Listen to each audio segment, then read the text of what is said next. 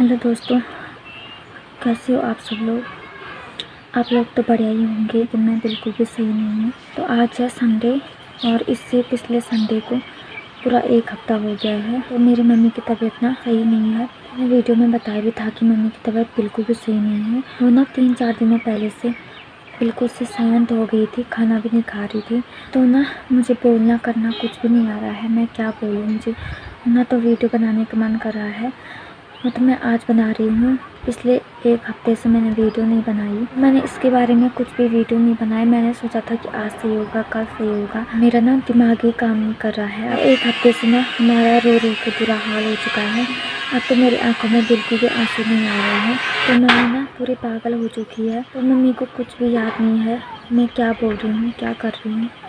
पूरी पागल हो चुकी है मम्मी। मेरा भी ना दिमाग काम नहीं कर रहा है, घर में किसी का भी दिमाग काम नहीं कर रहा है। पापा भी घर आ गए हैं। पापा तो एक हफ्ते पहले से घर ही हैं। तो 17 तारीख को भाई ने भी ज्वाइनिंग देने जाना है। उसके बाद वो 6 महीने बाद ही घर आएगा। वो क्या सोचेगा भाई, मम्मी इस हालत में है, वो कैसे जाएगा। पहले तो हमने हॉस्पिटल भी दिखा लिया है और वो लोग भी कह रहे हैं कि सब कुछ नॉर्मल है। हमारे साथ ही ऐसा क्यों होता है, भगवान हमारे साथ ही इतना अन्याय क्यों करते हैं। एक तरफ से खुशी, दूसरी तरफ से दुख हमको क्यों देते हैं।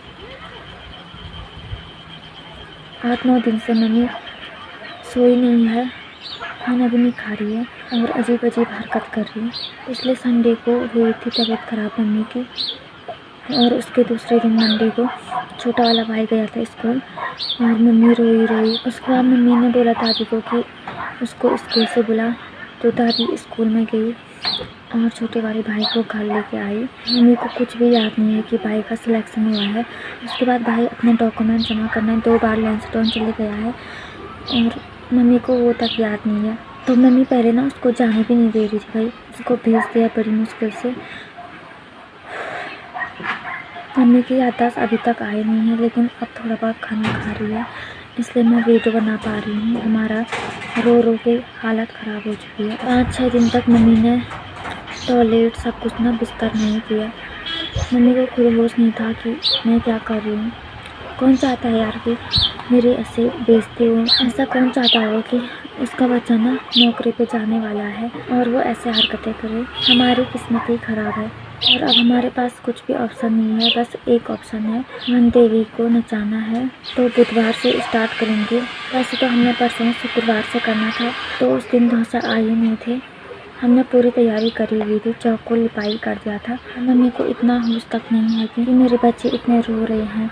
उसके बाद मम्मी पूछ रही तुम क्यों रो रही हो। तो जैसे गांव के लोग आ रहे हैं ना, तो उस टाइम चुप रह रही जब वो अपने घर जा रहे। उसके बाद मम्मी कह रही थी वो क्यों आरत केवल हमारे यहाँ। मम्मी पूरी पागल हो चुकी है। हमारे पास कुछ भी ऑप्शन नहीं है, बस एक ही ऑप्शन है, वो भी देखेंगे। उसके बाद देखते हैं क्या होता है। पता नहीं किसकी नज़र लग गई हमारी फैमिली को। एक तरफ से खुशी है, दूसरी तरफ से इतना बड़ा दुख हो गया है। और आपको पता है मैं ये सब नहीं मानती हूँ, लेकिन इस बार ना मुझे भी मानना पड़ेगा। और दादी कह रही है ये सब होता है। तो हम थोड़ा बहुत खाना भी खा रहे हैं।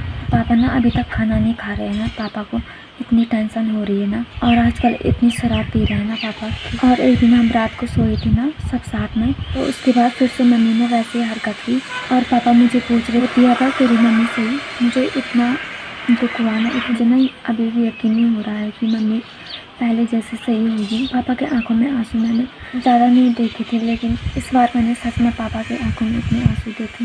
और मम्मी बताना क्या कह रही है।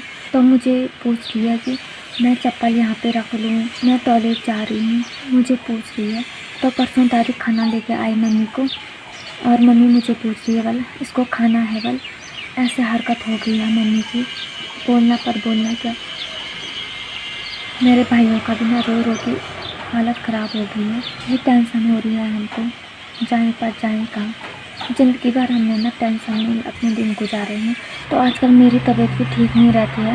मेरे सर में इतना ज़्यादा दर्द हो रहा है कि बताएं क्या। मुझे बहुत ज़्यादा टेंशन हो गई है, मैं बहुत ही ज़्यादा टेंशन में हूँ। जितने ज़्यादा टेंशन में हम होंगे उतना ज़्यादा टेंशन में ना इस दुनिया में कोई भी नहीं होगा। तो मम्मी मेरे भाई को ना अपना डॉक्यूमेंट जमा करने भी नहीं जाने दे रही थी।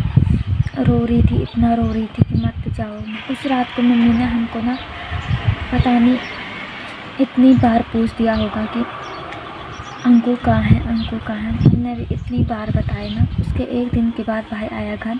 उसके बाद फिर मम्मी उसको पूछ रही है कि बाल तो कहाँ जा रखा था भाई। तो गांव के भी आ रहे ना, जैसे उस टाइम से रह रही है मम्मी। तो उसके बाद वो अब जा रहे हैं अपने घर। उसके बाद मम्मी मुझे पूछ रही है कि ये क्यों आ रही थी बलिया, मुझे क्या हो रखा बल, मुझे तो कुछ भी नहीं हो रखा बल। तो कभी आराम आराम से जा रही है और कभी इतना स्पीड से जा रही है ना। और हम मम्मी के सामने ना रो भी नहीं सकते हैं। मैं या तो ऊपर आ रही हूँ रोने के लिए, या तो नीचे रो रही हूँ। मम्मी के सामने मैं रो भी नहीं सकती हूँ। मम्मी बोल रही है कि तुम क्यों रो रहे हो, अंकु को कुछ हो तो नहीं गया बल, ऐसे शब्द बोल रही है मम्मी।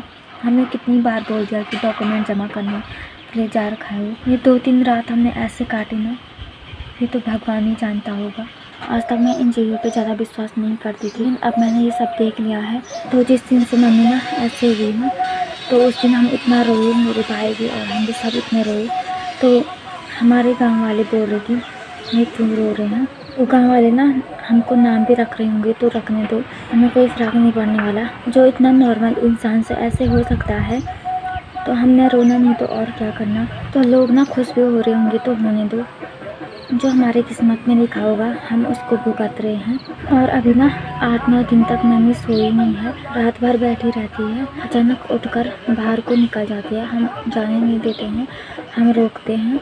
2-3 दिन तक रात को ना हम थोड़ा भी नहीं सोए भाई। और हम आजकल ना साथ ही सोते हैं। और एक दिन मैंने कंबल रखी थी ऊपर से और मम्मी ना धीरे से आई तो मेरे ऊपर से कंबल को हटाने की कोशिश कर रही थी। मेरे को इतना डर लगा ना भाई सच में। तो हमारे साथ ना मेरी दादी नहीं होती तो हमारा क्या होता है, मुझे कुछ भी समझ नहीं आ रहा है। आज तक मैंने ऐसा करना तो कभी देखा था ना तो सुना था, अपनी लाइफ में मैं ये पहली बार देख रही हूँ।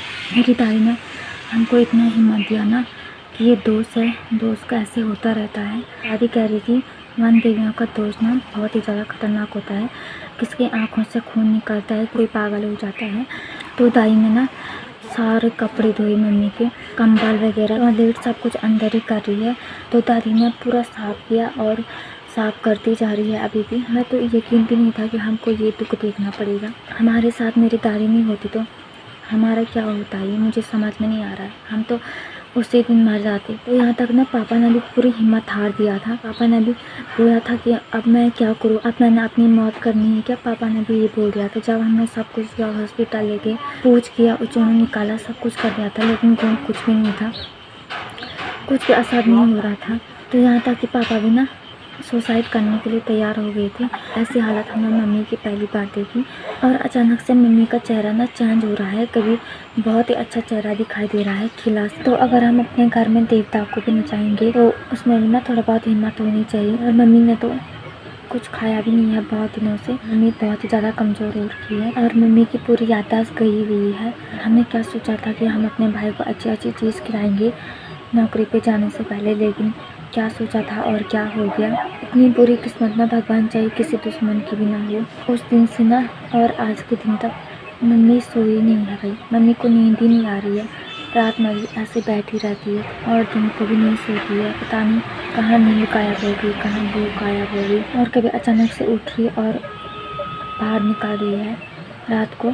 मेरी दादी ने हमको इतनी ज़्यादा हिम्मत दे रखी है ना। और आजकल भाई अपने सामान पैक कर रहा है, उसको बहुत सारे सामान भी लाने हैं। अभी क्या सोचेगा कि मैं जा रहा हूँ, लेकिन अचानक से ये क्या हो गया हमारे साथ। तो मैं भगवान से यही प्रार्थना करती हूँ कि हे भगवान उस दिन तक मम्मी की तबीयत बिल्कुल भी सही हो जाए जिस दिन भाई ने नौकरी पर जाना है। देखते हैं क्या क्या होता है। उतना भी बुरा क्या कर रखा है हमने।